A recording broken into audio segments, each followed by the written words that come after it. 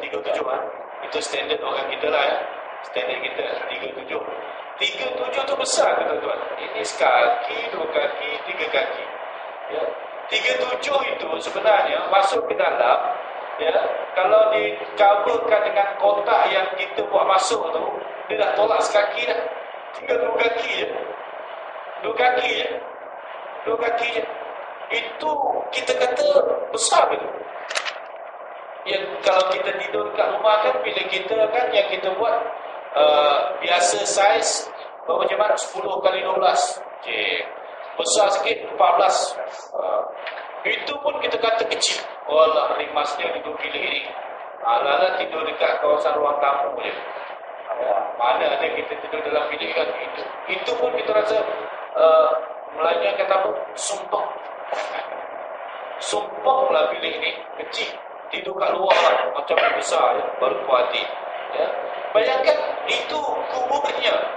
Ya, kata 3 kaki tapi sebenarnya tinggal 2 kaki je, yang lain dikabus balik dengan tanah. Itu yang zahir kita. Tetapi hakikat bila azab datang, kubur itu semakin sempit.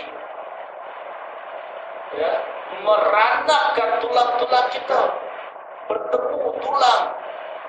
Ya, apabila tanah menghimpit, tuan-tuan. Yang ketiga itu, siapa yang boleh tolong kita kalau duduk dalam seorang-seorang? Menjerit macam mana pula? Tak ada dah kita balik. Yang tinggal dalam itu lah, kalau sempit kuburnya, kemudian bayangkan ya tuan-tuan, terang, kemudian dikampus dengan tanah, boleh kata terang lagi ke? Ini jawapannya gelap. Dahlah gelap, kemudian sempit.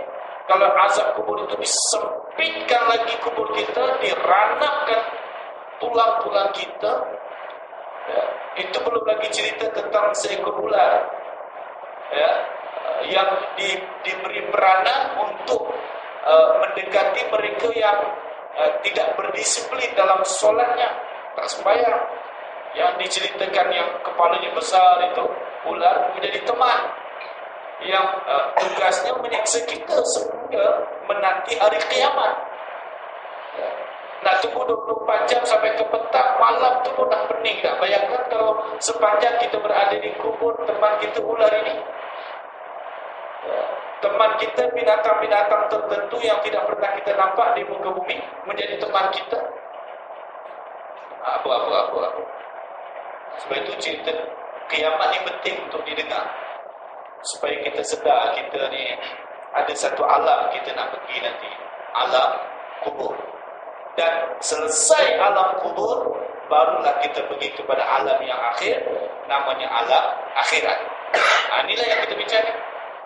Alam roh pindah ke alam rahim, alam rahim pindah ke alam dunia, alam dunia pindah ke alam kubur, alam kubur pindah ke alam akhirat, sampai akhirat tak pindah. Kemuncak alam akhirat itu ke syurga. Ya, habis sebab selalu tolong saya betulkan elektrik dekat rumah, syurga. Yang ni sebab ya, neraka, begitu. Dia syurga neraka dia dah masa tu. Jadi apa pilihan alam akhirat besok kalau kita nak pilih yang neraka, ya bukan itu, pastinya syurga.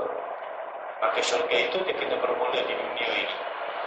Yang tanda ahli syurga itu yang memakmurkan rumah-rumah inilah, ya, memakmurkan rumah Allah. Hatinya sentiasa terikat dengan surau, gembira dengan majlis ilmu, ya, gembira dengan amalan-amalan, rasa tak selesa dengan amalan maksiat, rasa tak selesa dengan orang buat maksiat, tak tegur tak apa, yang penting rasa benci, begitulah. Ya, ni dah tak tegur, lepas tu bestnya bersama lagi, itu problem lah. Tuan-tuan, ini tentang alam akhirat, alam akhir. Salah satu daripada cerita alam akhirat adanya dalam kitab ini menyebut padang mahsyar. Ya, dari padang mahsyar. Ya. Apa di padang mahsyar?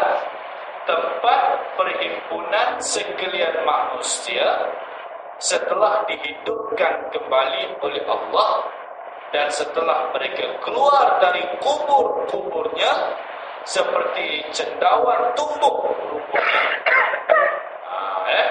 Di padang mahsyar inilah Allah mendirikan neraca keadilannya untuk membalas amalan baik dan membalas amalan jahat.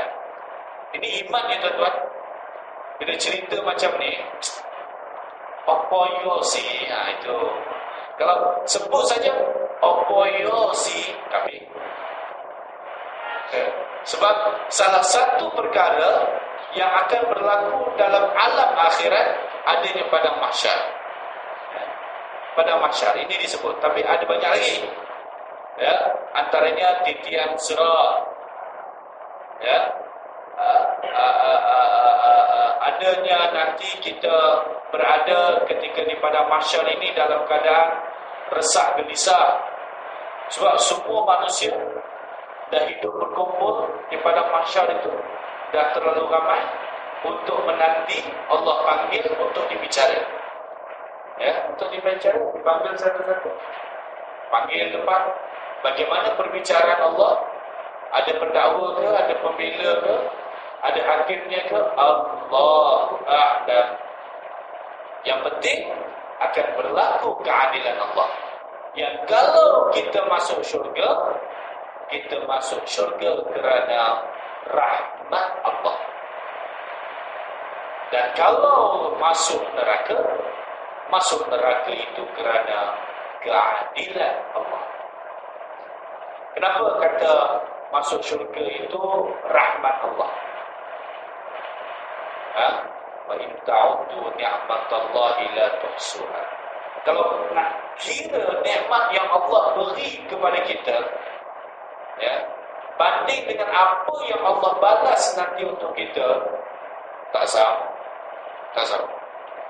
Dalam bahasa lain, kalau nak dikira amalan kita ini daripada umur balik sampai 65 tahun mati, itu kita boleh jamin kita masuk syurga. Kemudian masuk syurga kita, dan masuk syurga itu sebenarnya bukan kerana amal yang kita buat. Tak. Masuk syurga kita itu tuan-tuan kerana apa? Rahmat dan kasih sayang Allah. Ya. Sebab dengan amal kita ni tuan-tuan, tapi cukuplah kita terus beramal. Apa saja benda baik kita suka. Mudah-mudahan di antara amal-amal kita buat itu hadir rahmat Allah. Ya, saya dah cerita kat sini macam mana orang yang bunuh 99 orang, lepas tu bunuh lagi jadi 100 orang, tak sempat lagi dia beramal. Amalnya hanya niat aja nak jadi baik. Niat dia nak jadi baik tu penuh, ikhlas dia nak jadi baik, maka dia mendapat syurga. Dia dapat syurga itu kerana rahmat Allah.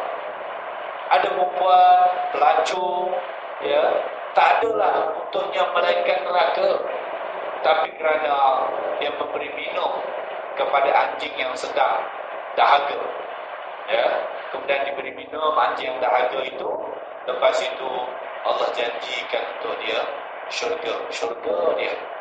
Cukup. Sebab itu saya selalu kata bahawa, hampir saya nak kata bahawa syarat syurga itu akhirnya kuncinya ialah ikhlas dalam beramal. Ikhlas. Ini saya datang jauh-jauh. Ini saya datang dekat-dekat. Kalau tak ikhlas, tak ada apa yang saya dapat. Tak ada apa. Tuan-tuan datang malam ni tak ikhlas. Ikhlas ni apa? Bahasa mudahnya buat tak ada lain untuk mendapatkan redha Allah. Itu ikhlas. Ya, kalau saya datang kemari, niat saya ini kejap lagi tahun depan pilihan raya yang ke-13, nanti saya masuk calon. Tuan-tuan tolong saya tak, supaya nanti saya menang pilihan raya. Parti apa? Bukan tajuk dulu. Cuma saya nak cari pengaruh ni. Siapa boleh? Itu cerita apa itu? Ya. Jadi tak ada keberkatan apa ilmu yang kita bicarakan. Ya, tuan-tuan datang kemari, kena datang. Kalau tak datang, malu ke Ustaz Adi. Nanti kalau jumpa dia tanya, apa nak jawab? Kalau dia kata, ni Faris, kenapa tak ada? Malu, kena datang. Rupanya datang ni pasal malu ya. Itu dah tak ikhlas. Ya, sembahyang 2 rakaat lepas sembahyang maghrib tadi, kena sembahyang. Nanti kalau tak sembahyang, cik kanan kata apa ni nanti ni? Kena sembahyang. Tengok, elok, aku pun kebetulan sembahyang sebelah dia. Tengok dia nampak tu. Itu cerita apa tu? Tuan-tuan ya. Tapi tidaklah sampai, kalau macam tu tak payahlah aku sembahyang sunat 2 rakaat, nanti tak ikhlas pula. Cakap macam tu pun dah tak ikhlas namanya. Halus tuan-tuan perbahasan ikhlas ni. Kalau kita tidak membuat amal yang kita rasa kalau kita buat amal tu nanti orang taklah akan memuji-muji kita, itu pun tak ikhlas dah. Jadi ikhlas ni apa? Buat yang akhirnya apabila kita buat, tak ada lain lah, kita lakukan semata-mata nak dapatkan redha Allah, nak mendapatkan rahmat dan kasih sayang Allah. Barulah nanti dapat syurga kerana rahmat dan kasih sayang Allah. Itu ya. Neraka lain. Neraka Allah hukum kita dengan sebab keadilannya.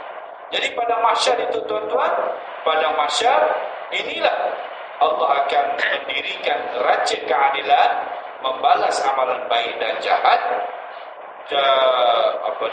Di sanalah Allah menimbang amalan tiap-tiap sesuatunya di neraca keadilan.